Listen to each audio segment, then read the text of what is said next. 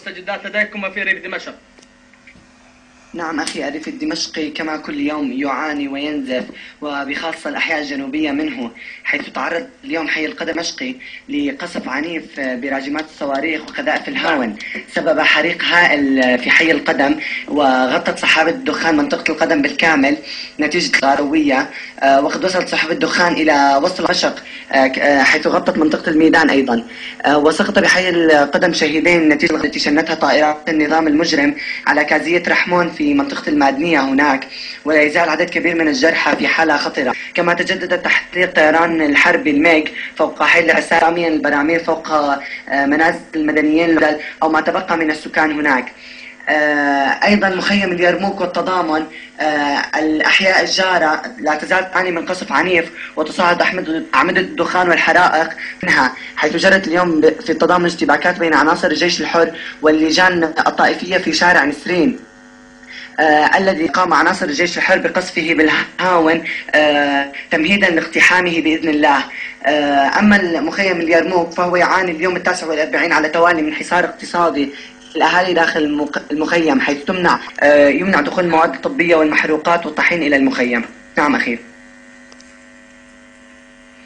وفي السيدة زينب وحجيرة حلقت طائرات الميج الأسدي فوق تلك المنطقة اليوم، ورمت براميل متفجرة وقنابل عنقودية على تلك المنطقة، ترافقت مع قصف عنيف بالهاون من الألوية المتواجدة على جبال صهية. واستشهد الشاب بشار محمد النميري من عناصر لواء شهداء الجولان التابع لألوية أحفاد الرسول في الاشتباكات التي جرت مع اللجان هناك. بلدة سبينة تعاني من حصار اقتصادي خانق وقصف عنيف، حيث سقطت اليوم ما يقارب أكثر من 20 قذيفة هناك، أشعلت الحرائق في انقطاع التيار الكهربائي وانعدام المواد الأساسية وحالة إنسانية مزرية يعاني منها السكان هناك. البويضة الجارة أيضا قصفت بالمدفعية وقذائف الهاون من الألوية المتواجدة على جبال صهية، حيث سجل سقوط ما يقارب 8 قذائف وارتقاء شهيد و3 جرحى من عائلة واحدة نتيجة استهدافهم بقذيفة هاون في مسجد بحي العسالي بالمادنية. نعم أخي مجد، ما هو الوضع الإنساني لديكم؟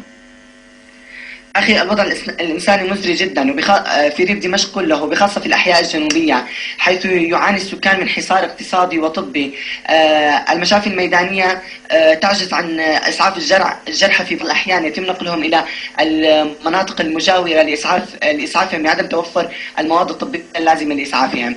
أيضا مادة الطحين منقطعة، المياه والكهرباء مقطوعة بالكامل، وبخاصة في منطقة سبينة والسيدة زينب والحجر الأسود التي يسقط فيها الشهداء من الأطفال نتيجة عدم توفر المواد الأساسية التي تبقيهم على قيد الحياة. الوضع الإنساني جدا جدا مزري في كامل أحياء الريف الجنوبي. شكرا لمراسلنا مجد الجولاني، كنت معنا من ريف دمشق.